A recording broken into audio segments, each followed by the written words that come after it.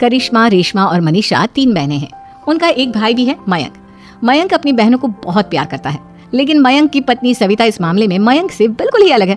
वो अपनी ननदों का जितना बुरा कर सकती है उतना बुरा करती ही रहती है और अपनी ननदों पर हुक्म भी चलाती है। करिश्मा, करिश्मा, तुमने अभी तक नाश्ता नहीं बनाया? तुम्हारे भैया को ऑफिस जाने में देर हो रही है। हाँ भाभी, बस अभी बनाती हूँ। करिश्मा, तुम ये ढीलापन छोड़ दो, कल को पराये घर जाना है। वहाँ अगर तुम इस तरह से काम करोगी तो लोग क्या कहेंगे कि माँ ने और भाभी ने कुछ सिखाया नहीं। और तुम्हारी दोनों बहनें कहाँ है? रेशमा मार्केट गई है और मनीषा सो रही है। क्या? सुबह के 8 बज रहे हैं और ये महारानी अभी भी सो रही है?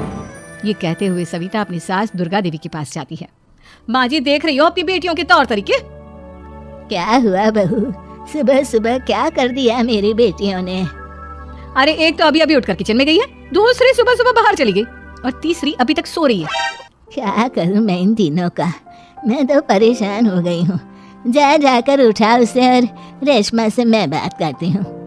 सविता सीधा मनीषा के कमरे में जाती है और उससे कहती है, महारानी जल्दी उठो, सूरज सर पर आ गया है। भाभी थोड़ी देर और सोने दो ना, मैं रात को लेट सोई थी। वो क्या ना यूनिट टेस्ट चल रहे हैं। शराफत से उठती है या नहीं, या फिर पानी की भरी बाल्टी डालूं तेरे ऊपर? नहीं भाभी, मुझे बिस्तर में नहीं लाना, उठती हूँ मैं। मनीषा जल्दी से उठकर बाथरूम में चली जाती है। सभी आराम से बैठकर नाश्ता कर रहे होते कि तभी रेशमा बाजार से हाथ में सामान लिए आ जाती है। रेशमा को देखते ही सविता उस पर बरस पड़ती है। लो, आ गई महारानी। ऐसा भी क्या सामान लाना था जो सुबह आंख मलते ही बाजार की तरफ रवाना हो गई? भाभी, कल आप ही तो चीख रही थी कि घर का सारा सामान मुझे ही लाना पड़ता है, घर में किसी को भी किसी काम से कोई लेना देना नहीं है। अब मैं बाजार जाकर सामान ले आई तो आपको इस बात से भी तकलीफ हो रही है? देख रही हो माँ जी, अपनी बेटी की जुबान कैंची से भी तेज चलती है। और मयंक, आप तो कुछ कहेंगे नहीं अपनी लाडली बहन को। रेशमा, अपनी भाभी से ऐसे बात नहीं करते, चलो माफी मांगो। भैया, मैं क्यों माफी मांगू? आप भाभी से बोलिए ना कि हम पर कम हुक्म चलाया करे। हम इस घर की बेटियां हैं और आपकी पत्नी की ननद है, नौकरानी नहीं। लो कर लो बात, इनकी भलाई के लिए कुछ भी बोलो तो इन्हें बुरा लग जाता है। इस घर में यही इज्जत है मेरी। देख लो माँ जी, आपकी बेटी किस लहजे में मुझसे बात कर रही है। सविता वहाँ से चली जाती है। मयंक को बहुत गुस्सा आता है, वो भी वहाँ से चला जाता है।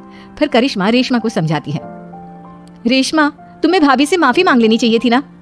लेकिन दीदी, मैंने कुछ किया ही नहीं, तो मैं माफी क्यों मांगू? हाँ करिश्मा दीदी, रेशमा दीदी जैसे ही घर में आई भाभी ही उन पर चिल्ला रही थी। हाँ, मैं मानती हूँ कि गलती भाभी की थी। मैं तो इसलिए बोल रही हूँ कि भाभी ने माँ को तो पूरी तरह अपने वश में कर लिया है। वो हमारी बात सुनती ही नहीं। मयंक भैया हमारे लिए हमेशा खड़े रहते हैं, इसलिए उनकी बात का मान तो तुम्हें रखना चाहिए था ना। कोई फायदा नहीं दीदी, कुछ दिनों की बात और है, भाभी उन्हें भी हमारे खिलाफ भड़का देंगी। फिर वो भी माँ की तरह हमारी किसी बात का विश्वास नहीं करेंगे। इसी तरह सविता अपनी तीनों ननदों को किसी न किसी बात पर परेशान करती रहती थी। एक दिन मयंक अपनी तीनों बहनों के लिए गिफ्ट लाया। करिश्मा, ये तुम्हारे लिए हार का सेट। रेशमा, तुम्हारे लिए सुंदर सी ड्रेस। और मनीषा, तुम्हें किताबें पसंद है ना, तुम्हारे लिए किताबें लाया हूँ। थैंक यू भैया। थैंक यू भैया, थैंक यू भैया। करिश्मा, तुम्हारा नेकलेस कितना सुंदर है, ये भैया कहाँ से ले आए होंगे?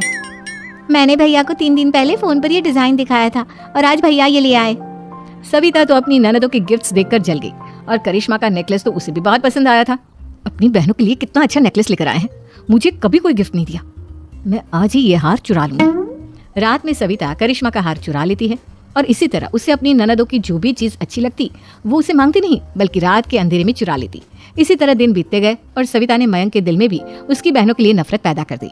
एक दिन मयंक ने करिश्मा और रेशमा के लिए रिश्ता देखा और ये बात उसने घर में सबको बताई। माँ, करिश्मा और रेशमा के लिए बहुत अच्छा रिश्ता आया है, वो लोग कल इन्हें देखने आ रहे हैं। आप और सविता मिलकर सारी तैयारी कर लेना। ये सुनकर करिश्मा और रेशमा खुश हो जाती हैं, लेकिन सविता सोचती है, अगर इन दोनों बहनों की शादी हो गई तो घर और बाहर का काम कौन करेगा? मनीषा तो 1 नंबर की कामचोर है, उससे तो किसी बात की उम्मीद लगाना ही बेकार है। मुझे इस शादी को रोकना होगा। अगले दिन सभी लड़के वालों के स्वागत की तैयारी करने में लगे होते हैं। तभी मयंक अपनी बहनों से आकर कहता है, तैयार हो गई तुम दोनों? देखो, दोनों लड़के बहुत अच्छे हैं, मैं कोई कसर नहीं छोड़ना चाहता, इसलिए तुम उनके सामने अच्छे से बिहेव करना और अपनी भाभी से लड़ने मत लग जाना। करिश्मा, तुम वो नेकलेस पहन लो ना जो मैं तुम्हारे लिए लाया था। भैया, मैं बहुत देर से वो नेकलेस ढूंढ रही हूँ, लेकिन मुझे मिल ही नहीं रहा। क्या? तुमने नेकलेस खो दिया? तुम्हें पता भी है वो कितना महंगा था? तुम कोई काम ढंग से नहीं कर सकती। मयंक गुस्से में वहाँ से चला जाता है। थोड़ी देर बाद लड़के वाले भी आ जाते हैं। वो दोनों बहनों को पसंद कर लेते हैं और रिश्ता पक्का हो जाता है। लेकिन सविता के दिमाग में तो कुछ और ही खिचड़ी पक रही थी। वो पंडित जी के पास करिश्मा की कुंडली लेकर जाती है और उन्हें पैसे देकर करिश्मा की कुंडली बदलवा देती है। जब लड़के वालों के पास करिश्मा की कुंडली जाती है तो वो दुर्गा को फोन करते हैं।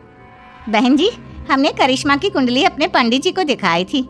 आपकी बेटी की कुंडली नहीं बल्कि दोषों का पिटारा है।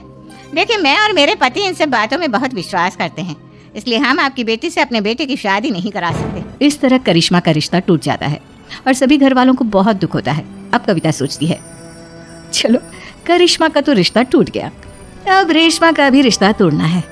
क्या करूं? अब सविता आवाज बदलकर किसी अननोन नंबर से रेशमा के होने वाले ससुराल में फोन करती है। हेलो, मैं कौन हूँ कौन नहीं ये आपके लिए जानना जरूरी नहीं, बस इतना सुन लो कि रेशमा का 2 साल से किसी के साथ अफेयर चल रहा है। बस रेशमा का रिश्ता तोड़वाने के लिए सविता का इतना कहना काफी था। अब रेशमा का भी रिश्ता टूट गया। मयंक और दुर्गा देवी ने रेशमा को खूब खरी खोटी सुनाई और उससे बार बार उस लड़के के बारे में पूछने लगी। आप दोनों मुझे क्यों परेशान कर रहे हो? अरे कोई लड़का होगा मेरी लाइफ में तो मैं बताऊंगी ना, जब कोई है ही नहीं तो कहाँ से लाऊं मैं कोई लड़का? तो तेरे होने वाले ससुराल वालों को फोन किसने किया था? माँ मैं नहीं जानती किसने फोन किया था, मैं सच कह रही हूँ। मैं तो पहले ही कह रही थी इसकी लगाम खींच कर रखो, लेकिन मेरी सुनता ही कौन है? आप चुप रहिए भाभी, ये सब आपका ही किया धरा है। अब तीनों बहनों को विश्वास हो जाता है कि ये सब उनकी भाभी ही कर रही है। तीनों बहनें अपनी भाभी को सबक सिखाने के लिए एक वकील कर लेती है और घर में हिस्सा मांग। देखो भैया, माँ बाप की जायदाद में जितना बेटों का हक होता है उतना ही बेटियों का, इसलिए इस घर के 4 हिस्से होंगे और हमें अपना हिस्सा चाहिए। मैंने तुम्हारे लिए क्या क्या नहीं किया और तुम इस घर में हिस्सा मांग रही हो?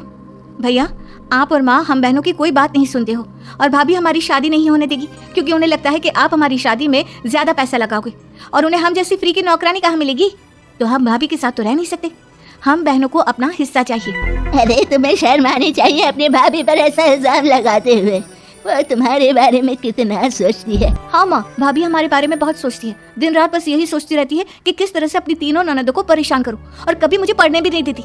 दोनों बहनों का रिश्ता भी तो इन्होंने ही तोड़वाया है और रात में हमारे कमरे में आकर हमारी चीजें भी चुराती हैं। इसी तरह सविता की तीनों ननदें अपनी बात पर अड़ी रही। अब कोर्ट में तारीख भी शुरू हो गई। जब सविता को लगा कि उसकी तीनों ननद इतनी आसानी से नहीं मानने वाली, तो उसने अपने पति और सास को सारी सच्चाई बता दी और अपनी तीनों ननद से माफी मांगी।